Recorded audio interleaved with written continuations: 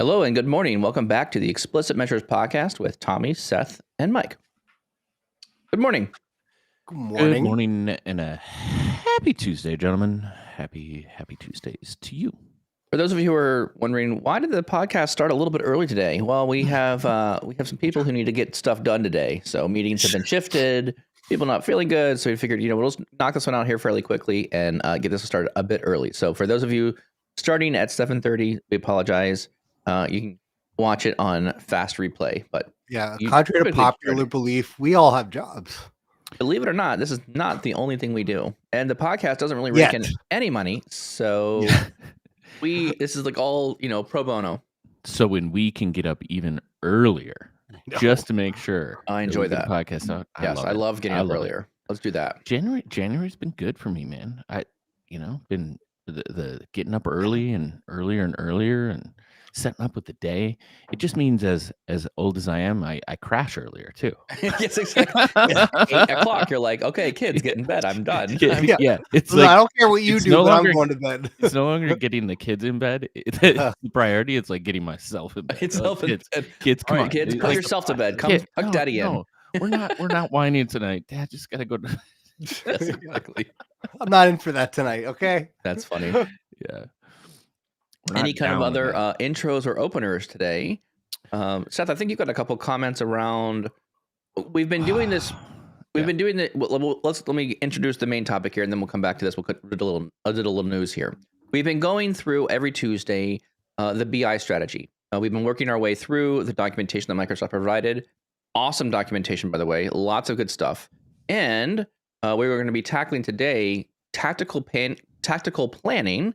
And inside that section, we're going to talk about defining the key results. But in lieu of that, some major changes have been happening in the documentation, all thanks to our one and only Seth Bauer. I don't know if we'd say that. All thanks to Kurt round of applause. There we go. Round of applause for Seth, who tortured himself and listened to this podcast.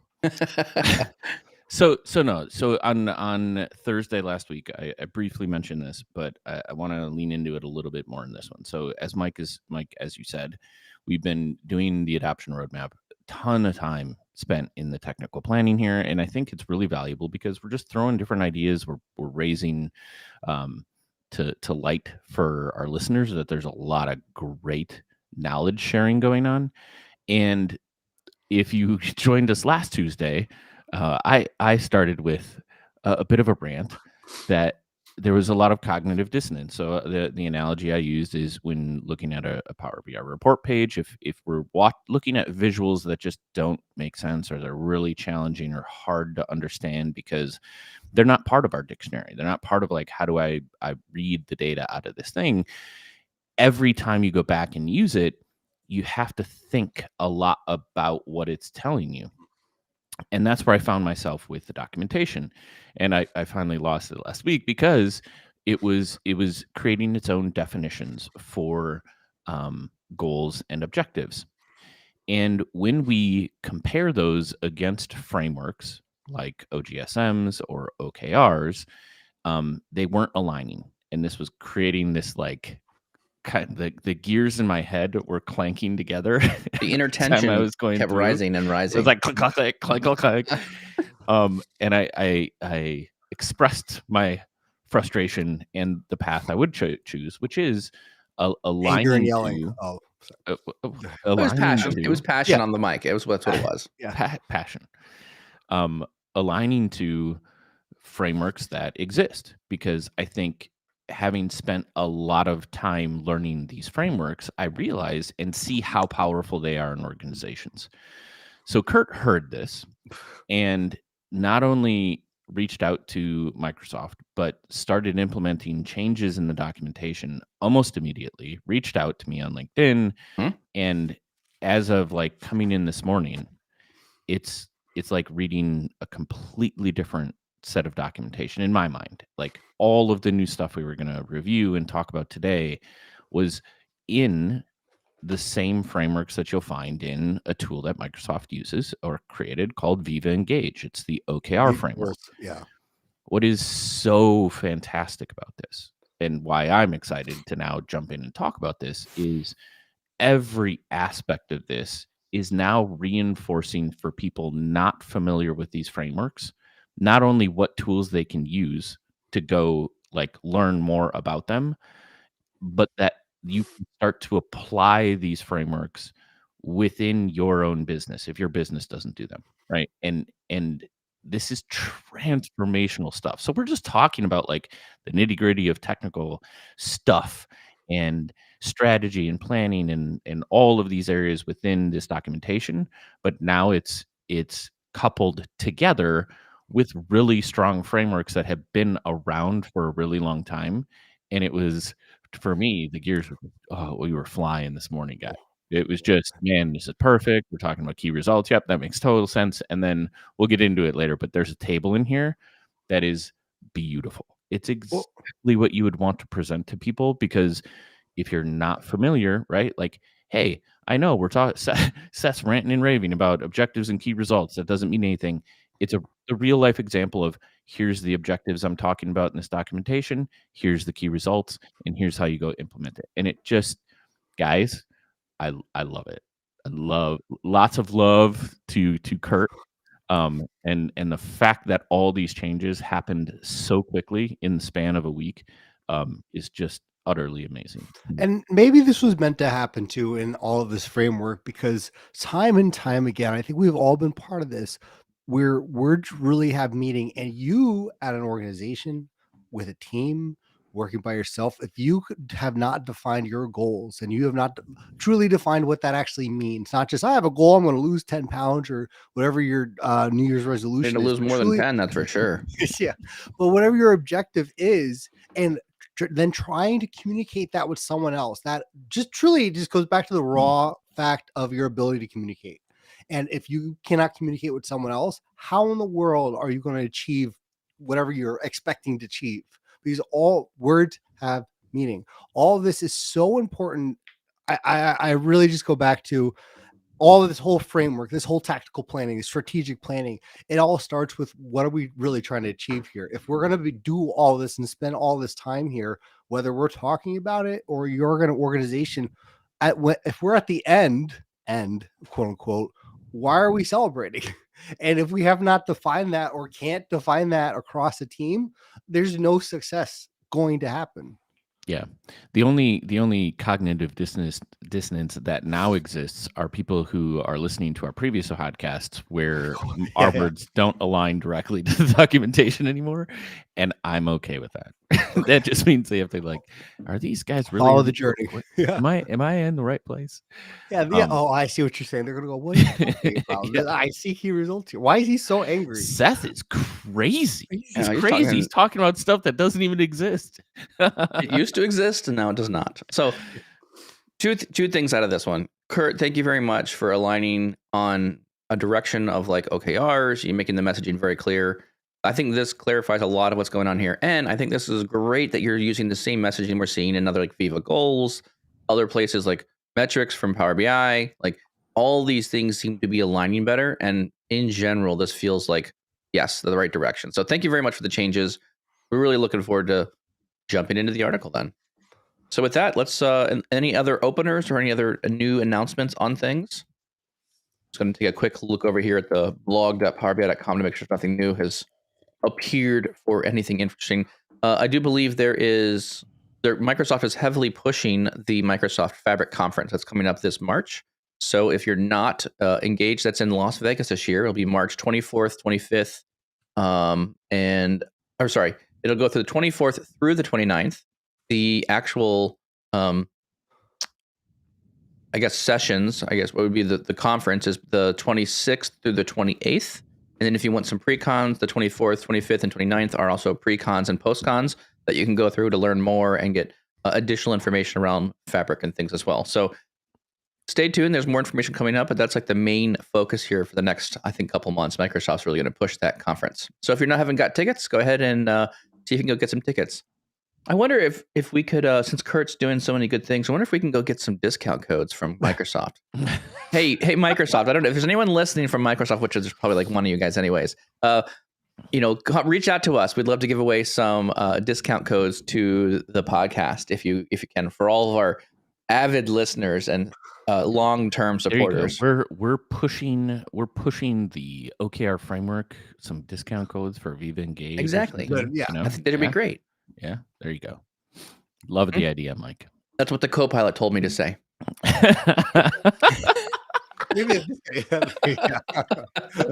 That's so good. I mean, it just came up, and it's writing my own emails for me now. It's just, I have prompts now for, write this email for me, and then it says, please go to the Microsoft Fabric conference sponsored by Copilot. Thank you for listening to the podcast. Excellent. Well, with that, let's get into our main topic for today. So the link for today here, I'll go grab the link for everyone to go follow through with on the chat. This is the section we're going to talk about today in our podcast. We're going to talk about defining the key results from the tactical planning section of the implementation strategy. So initial thoughts here. Let's, Seth, you've been having some good thoughts already. Let's jump in with some of your initial thoughts on this next section called define the key results. I think he starts it off well, and we may have rehashed some of this towards the end of our previous episode. But ultimately hits on the three key points, right? Which we'll dive into. Demonstrate progress, and I think there's even a little warning thing in here. This doesn't have to be like a full ramp up, right? Like this is just incremental. We're just trying to find incremental ways to improve the business, improve an area. Keep it small. Like very rarely is this going to be like, yep, we're all in, and like all of a sudden 20 resources are all at everybody's disposal, and we're just going to crank this stuff out in a day. Yep. But then demonstrate progress, right? Like we've got to understand what we're going to do. There's got to be a strategy behind how we're going to execute, and that's where OKR framework's broken down in here. And then ultimately there's a recycle, or a reset, kind of just keeping that continuous improvement, theme in mind. You're going for short, quarter by quarter, kind of evolutions where you're reevaluating whether or not, are we on the right track? Do we need to tweak? What did we accomplish? What do we, still need to finish up? Where are we going, etc. Mm-hmm. I think it behooves us, if I think that's the right word, to kind of touch on key results, because on the idea of this, because we might have touched on it. It's already in the documentation, and I've noticed that it's easy to see, it's hard to create. And just kind of talking about really what a key result is, because I think a lot of times we try to boil the ocean with key results. And I'll give an analogy that's actually from the Measure What Matters book. This is where the whole OKR framework came out. Yeah. And the idea of how does the OKR framework really work, because it becomes like a trickle down effect. And I'll use a great analogy again from the book, but also what a good timing we have the Super Bowl coming. If you had an objective and you were the owner of a football team, you had an objective. The objective is to be one of the more successful football teams in the league.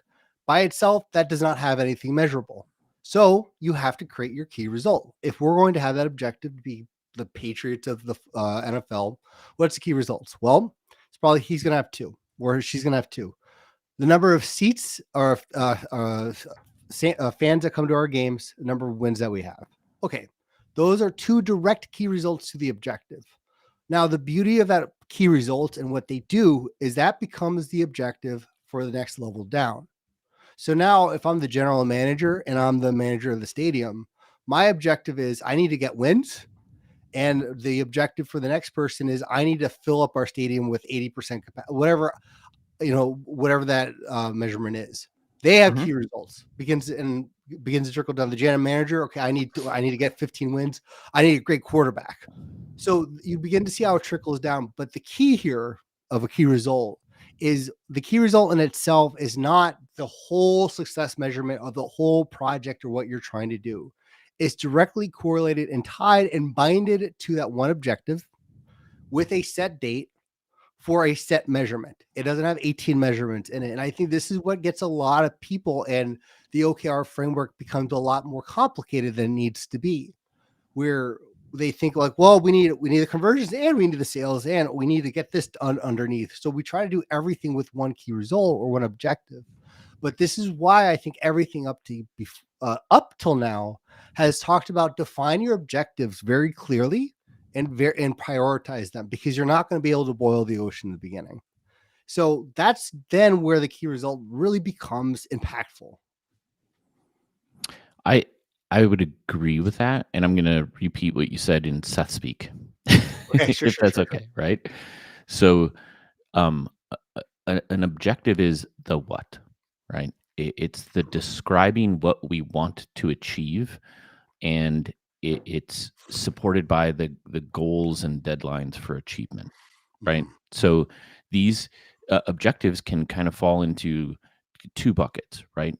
The really audacious ones, like these really big ideas, like, hey, okay, we have this objective that could happen for the year, but oh my goodness, if we did this, Right. we would shift into the next level. And then there are not, I'm not going to say more realistic objectives, but there are objectives that are shorter term, but still big impacting, but more on the nebulous idea, not nebulous, in the higher level description, the Right. what of what it is we're trying to achieve. Key results are the how.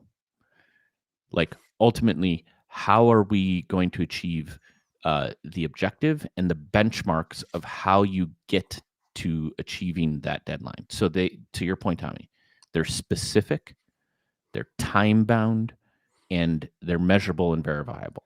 Right. Right. So typically, objectives are set off in quarterly spans, and the key results, and this is where it's like really interesting for teams too, right? Or organizations, is some of these things can link together and some could be independent. But at the same time, like, you have a measurement stick along the way of the objective, and these are the key results, and every one of them should have a way to measure, whether that's a percentage or an actual number. Like, these are the things that let us know whether or not we're on track with our objectives and overall how these things roll up, which is why there's programs like Viva Engage, other ones out there that help you track these things and see what your progress is, to know well before the deadlines how far along you are in these efforts towards shaping change within the organization. And I think the mantra in the OKR framework is anything that you've done or worked on or set an objective, you must be able to say, we were successful in project X or campaign X as measured by Y. And if you don't have the ability to say the as measured by aspect of that, there's no way to really say that you're successful. And that's the key point here with the OKR framework. And love that we're bringing that into our implementation here. Yeah. So, Mike, were you going to say something? No, go ahead. Okay. So, like, right off the gun here, right? We're talking about the indicators for success in the technical documentation. Like, we're picking somebody, we're tracking changes, we're automating as much of this as possible, as far as like just this roll up of how effective we're being. And there are many different ways, like whether or not that's a KPI measurement in a report or a key result in an objective that we're tracking as we go. It's important that, like, we're defining that these are structures that we're setting up to execute on. Here's what's interesting about this. As I'm going through the Kurt's article and talking about the effectively using indicators, it's also a great indicator of without using the word twice, but of your data culture too, because what's a big part, Seth, of a KPI, or a big part of having a key result? It's the accountability. And I've seen this time and time again. We've talked about this a ton. I think this is one of our almost origins of the podcast too, where the big agita that we've had, or the big pain points, where we're trying to get these things measured, but people are not willing to take on that responsibility, that they're going to be tied to a number. I know, and we always laugh about that, but we've seen that. And to me, as we're going through this too, it's like reporting your indicators. How are we going to track that change? Reporting if we're actually going to make it towards the target. It becomes a lot easier in anything, but I think especially in this, if we can't do this, I think it's a good indication of where we need to focus on as an organization to get Power BI successful, or make Power BI successful. These go hand in hand. Now I love your point, Tommy. But as soon as you use the word agita, Sorry, I got stuck because I think there's a lot of non-Italians out there. See, that's where I can't fathom. But okay, agita means literally a pain in the stomach or acid in the stomach, anxiety or suffering. There you go. There All right, you I go. got hung up on the word there. I agree with you, Tommy. Like, if in all of this, if there is one linchpin, like the one thing that you don't have, that will make all of this fall apart, is if you don't have specific people that are, like, in a positive way, we would say owners Yeah. of certain things. In a negative way, it'd be like people with their response things on the line. Yeah. Right? Like, Yeah. People aren't like there's no skin in the game. If there's no skin in the game, things aren't going right. to change. So Right. this was one of my one points. I think I was, as you guys were talking through the article here and, key results, a couple things that really stood out to me was making sure that you have clear objectives.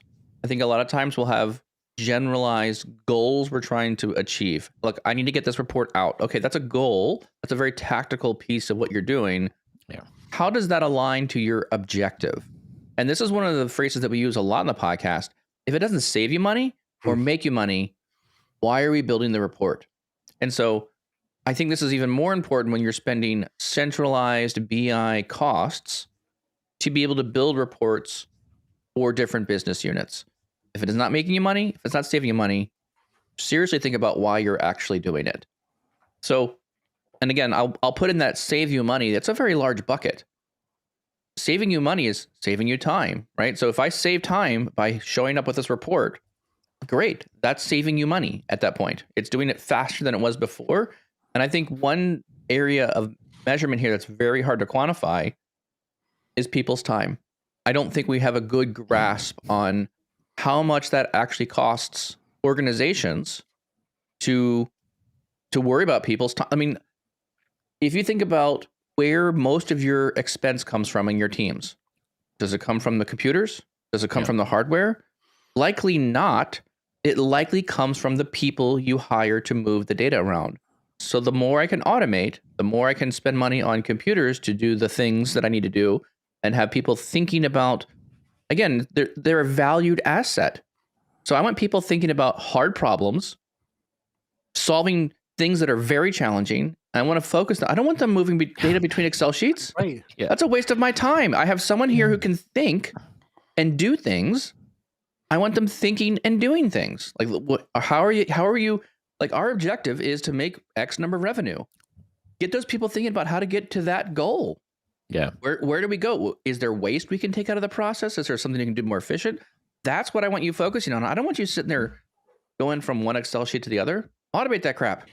It is shocking to me how many organizations don't recognize that value add. It's hard. Right? It's hard to quantify. It's not hard to quantify. How do you measure it though? I mean, well, so how regardless of so in the reason, so in consulting it's very easy because you're used to saying here's what my hour is worth. Here's my hour, what my hour is worth. How do we calculate that? Well, there's 80 hours in a year. It's like, here's what it is per hour, whatever. Like, you can easily break down how much money is being spent, not and it's based on a 40-hour work week. So regardless of, you're also getting paid on a 40-hour work week. We all work more than 40 hours, but we're not quantifying that. Correct. It is what is in the paycheck. So I love doing this. And I just did it again not long ago, where it's like, okay, we are going to do something. We're going to do something. Let's do some analysis based on that decision. Yeah. And the outcome of that analysis for implementing this thing is a net negative effect or a really bad decision related to the direction we want to go, because it's introducing inefficiencies into the organization. And Mike, this is like, to your point, like, when you're always looking for efficiencies, right? Especially with manual work around data or data movement or manual this or manual that. Sure. Like, I think our area is just rife for like glomming onto this, or like getting the red siren. Like, totally. It's like, there's one over here. There's one over here. Come over here. You're like, yes. But it's so relevant. It's so relevant. And I think a lot of, I was going to say, go ahead, Mike. I was going to say, I like that idea in this framework. I think this is really good. And the last point I want to kind of make here was looking at this thing. Another one I find is very challenging here is measuring the goal. What is that goal that you're going to measure? I think dollars are very easy to measure. You want to increase revenue? Great. It's a very quantitative number that you can go to. But there's a lot of other things in your organization you're trying to deliver. And Tommy, we've actually argued about this on the podcast. We feel like Tommy's like, hey, we want to get more listeners. Heck yeah, we do. We all agree on that. We want to get more people, engaging with the podcast. That's what we want. And then the question becomes, to bring it really home here, is, well, what does we would all agree, and we've all agreed on this, is like, yeah, we want more engaged users. Okay, define an engaged user. Well, and then it gets a little bit more fuzzy because you're trying to define parts of this. I mean, you can define various pieces. We're trying to define our goal. Like, okay, we have more engaged users. Now what? Yeah. No, what does that mean? No. Your objective is we want more engaged users. Key results are by what? Right. This actually is a great dovetail into like your points, Mike, that I want to stress for the audience. OKRs and talking about these frameworks is super easy. Saying like objectives, this is what this is. Key results, this is what that is. Yep. It takes practice and a lot of like to bring home your ideas in your business and get it into the framework that fits, right? So don't trivialize this. This is why I'm excited about the changes to the documentation, because it points people into the directions of, oh, Viva Engage, what is this thing? What is this framework? What is it? Because this is a practice. It's a trained skill to go in and understand how to define these levels. And when you get them right, man, it's fantastic. But when you get them wrong, same difference, right? Because that's going to guide the people spinning the wheels on something. Yep. And I'm not going to go to my Seth soapbox here. But one thing I would say, with the identify the key results is there's a list here of adoption, governance, and implementation of all potential key results. The one thing I would say here is it's a great list, but the key results, again, the success and the real trueness of them is because it's tied and binded to an objective. It's great to have something you can measure here, but by itself, those key results really don't mean a ton. And like I said, it's a good list, but you have to have what it's tied to. You have to have, if you're going to say adoption, that's going to be one of our objectives, right? Yes, to me, adoption is a great one to use as a key result. Let's see what those objectives are, and then we can say what we're going to measure that success of adoption. Correct. By. And I feel like for adoption pieces, you can say, okay, adoption is, and then you can actually put some real numbers around it. Adoption is more people accessing reports in PowerBI.com. This in a 30-day window, right? You can define a very specific metric around that. That's something that's very measurable. And to your point, Tommy, this is exactly fits very well with the effectively using indicators, right? There's another great section here talking about report on your indicators, tell people what you're measuring, define what that is, automate the data collection of those things. So if you don't, and again, I'll stand on this again on another soapbox. If you don't have monitoring on your Power BI environment beyond what Microsoft gives you, that will only take you so far. If you have a larger organization and you're rolling out premium and all these other things in your organization, how are you going to measure year-over-year adoption on your tenant if you don't have some better method to collect things? Mm-hmm. You need better tooling to collect how people are using your Power BI environment. Right. And then you got to track your change. You have to assign someone to own it. And these are a lot of these tasks, I think, particularly around data culture, rest or reside in that center of excellence. The center of excellence is going to take on the responsibility of collecting the data, making sure it's right, and reporting on it. Because if you don't report back out on that, no one's doing anything. Like, it just goes by the wayside, and no one's actually going to push and try. You have to. It's like you're trying to balance on something, right? It takes effort to balance. Because I think, again, too, the part of just having the key result is we have to remember that everyone's going towards that same objective and everyone's already bought in. So like all the adoption ones here, and they're good. Host a number of mentorship sessions, guide a certain percent of sales towards data literacy, all fine. But again, it's not just one person doing this, right? You're getting a lot of people involved, and a lot of people are going to be accountable. So if that's going to work, again, they have to be tied to some objective. And Seth, I'll just say this real quick. That's a big point. It's a lot easier to talk about it than it is to create it. Yeah, and you make a really good point, because otherwise all this just becomes busy work. Yeah. Right. Yeah, And exactly. it's not like there's not a benefit to the organization or your area because you're producing something, but there's a story here. You have to be able to define, like, okay, we're doing all this stuff. What is it getting us? And sometimes, like I said, a lot of the times, a lot of these objectives are quarterly, maybe, or longer term, but typically you try to keep them in a quarter. But at the same time, like, some of these big long-term strategies, right? These key results are the opportunity to be stepping stones towards that long-term Right. strategy, or they could alternatively not be stepping stones. Right. And I think that's the biggest difference, is if you think through all these things, right? And then make sure that how you're aligning all these little steps, like, one day we're going to be at the top of the mountain instead of just circling the mountain, right? Same amount of steps, right? But it's just like, one is going to get us somewhere and others maybe get us, a quarter of the way up, because we're circling it instead of just going up in a straight line. I agree with that.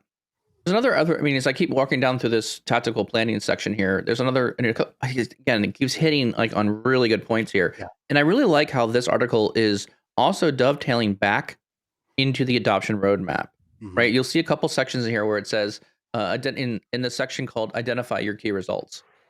There's actually another call out here that says, directly address your weaknesses and the opportunities that you have found and identified in your data culture review, in your technical assessments.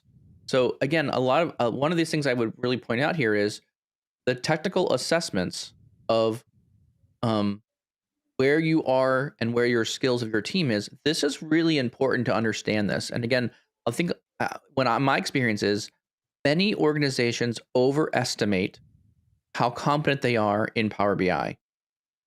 We've got someone building reports. They've been doing it for 2 years. They're great. Let's go. And then what happens is these models get slow. They get out of sorts. They're not managed well. We start running into problems and challenges. And nothing wrong. It just means the user hasn't had the scope of experience of what they need to have to build enterprise Power BI solutions.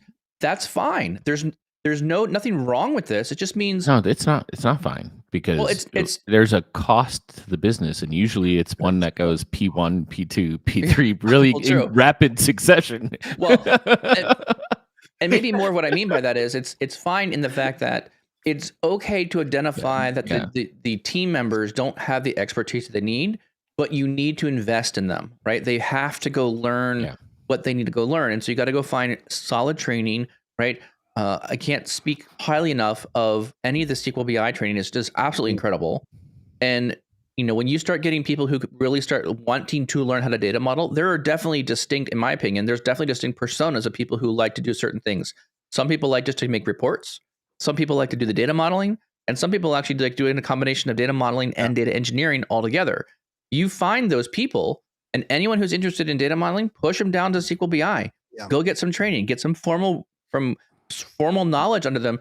They will build better models. And I can't tell you, we had it happen again.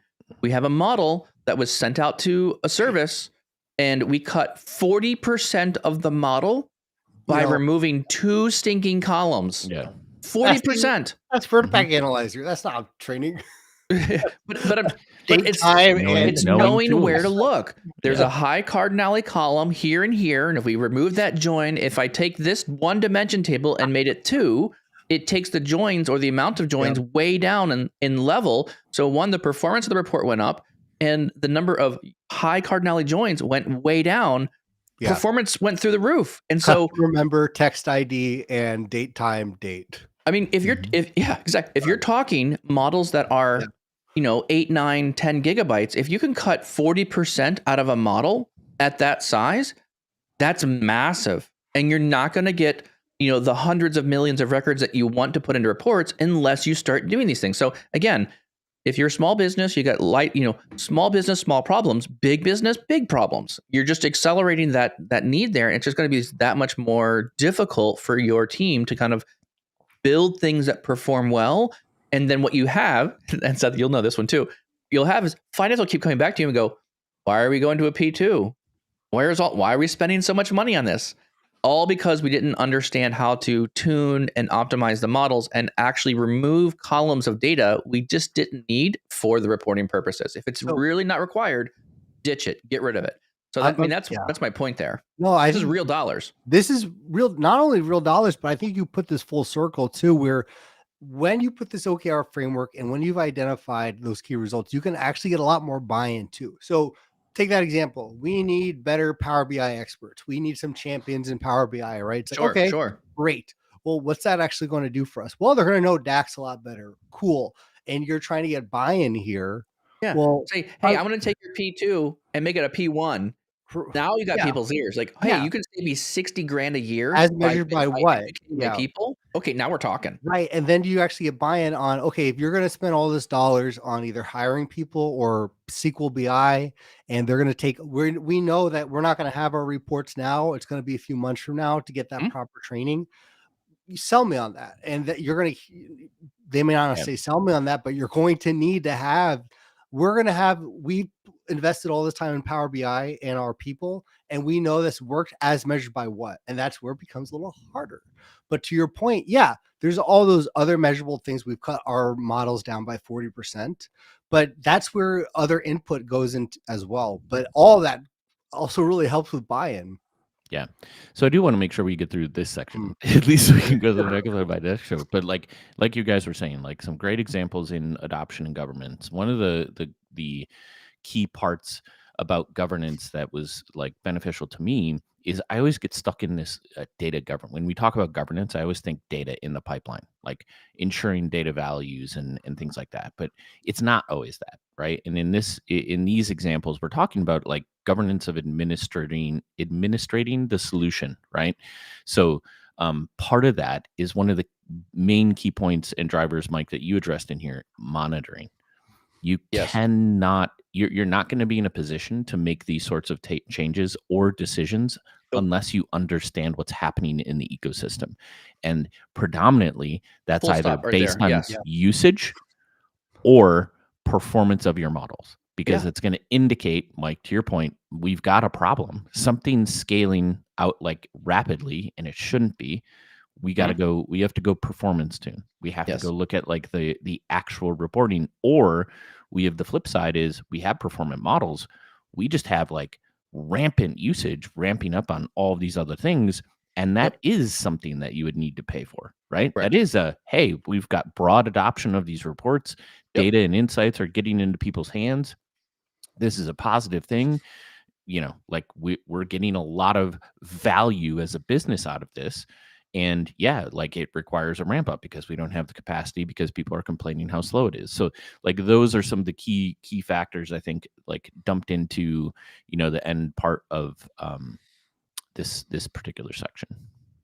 Yeah, I like this one a lot. And so I think I've gotten through most of the article now. I'm down to the section here where we're starting to talk about, completing the technical assessment, identify your main tactical areas, identify your maturity levels.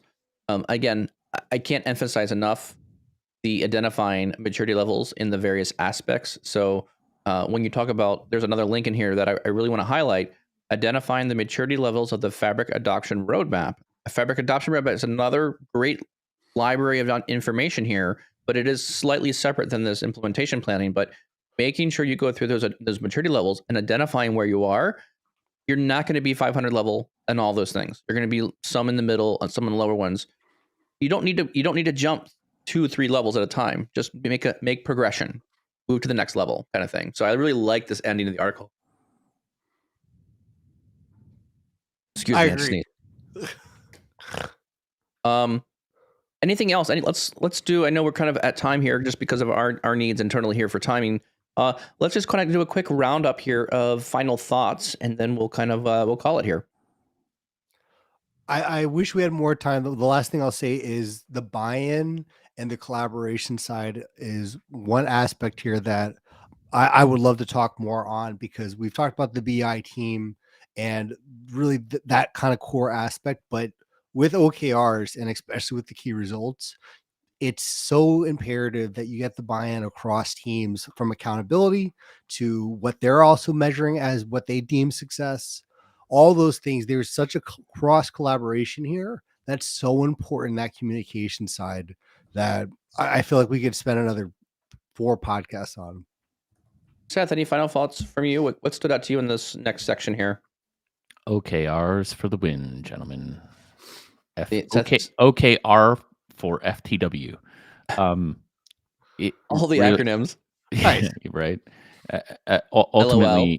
Ultimately, putting together these ideas into cohesive frameworks that not only make sense from a logical perspective, but how you go about then building technical solutions for them is what the meat of this is all about, right? So refining those areas, like get familiar with OKRs, you understand what how to create an objective and key results and a measurable thing, and then apply these particular areas that you're going through when you're engaging with the business in this tactical planning, like because this is where the meat of it is, right? We're getting to this, like the actual paths by which we make big impacts within the organization. Yeah, I would say 2 things that stood out for me in this section here is it's very important to understand what you're measuring. It is hard to figure out how to measure it correctly because what you measure, what your incentives are, will determine behavior. I can think of an example off the top of my head of this, not in the Power BI terms of world, but an organization. I think I was listening to another podcast. An organization had incentivized their customers to get points for showing up in their store. So the thought was, if customers show up in your store, we'll give you a rewards thing. You go into the store, you check in, we'll give you a certain amount of points, and then you can redeem some of those points later on to, get discounts on things or whatever you want. What they found was, by changing the incentive, by measuring that value of stepping in the store, they found users would drive to the store, walk in, check in, walk out, and go on their merry way. They would intentionally change their driving routes to make sure they were able to go through the store, check in, and leave. And that's all. They were not buying anything extra. It was just literally there to acquire points. And so they realized, while it had the right intention, we want people in store checking in, it didn't necessarily have the right outcome they were looking for. So again, the measurement side of things, you have to be strategic about what they are. The article has a number of really good measurements you should be thinking about. I'd recommend those. And I would also recommend, this is the strategic planning section pairs very well with the adoption roadmap. So you need to read through BI strategy. You need to read through strategic planning, but you also need to go through the adoption roadmap as well and make sure you read that as additionally, because I think they are 2 great lines of thinking that work very well. Seth. I'm going to make one more point. Because one more bonus point of the things you just talked about. Yep. I would recommend go and listen to our episode 286 if you haven't. Creativity in Power BI, right? Oh. It's the John Cleese one, because this is the opportunity right now in the planning, the talking about these things with the business units, the objectives, the key result. Like, this is where we get creative, where we're thinking about things on a higher level. When we get into the implementation of this is where you take that out and you're just executing. So now is the time where we should be like thinking about sky's the limit, figure out where, we can make the biggest impacts, and then refine these ideas down. And this is where we're at, because once you click into that mode, you turn off creativity and you just get it done. And then we do it again in a different cycle. Can we talk about this later? Can we keep this conversation going another day? So fun. Excellent. Well, with that, I want to say thank you very much. We appreciate your time listening to the podcast. We know your time is very valuable. We really ask that if you like this podcast, go grab a snippet. I didn't know if you can do this, but we let you snip or clip any one of our videos. So if you find a value in the video piece or the segment in the video, clip that part out and share it with somebody else. So we'll give you a challenge there. So go ahead and get a clip going.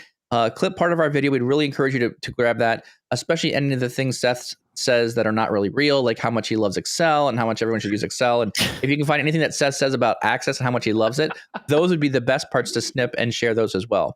So we really appreciate your listenership. Please share with somebody else, like and subscribe so you can get more of our content as we produce more. Tommy, where else can you find the podcast? You can find us on Apple, Spotify, or wherever you get your podcasts. Make sure to subscribe and leave a rating. It helps us out a ton.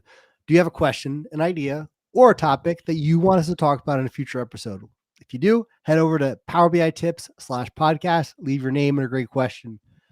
Finally, join us live every Tuesday and Thursday, 7:30 or 7 a.m. and join the conversation on all Power BI Tips social media channels. We promise 7 a.m. will not be our normal time. It just happens occasionally. So thankfully, you can go back and rewatch the beginning of the episode and start from the beginning too. So you can still start at 7:30.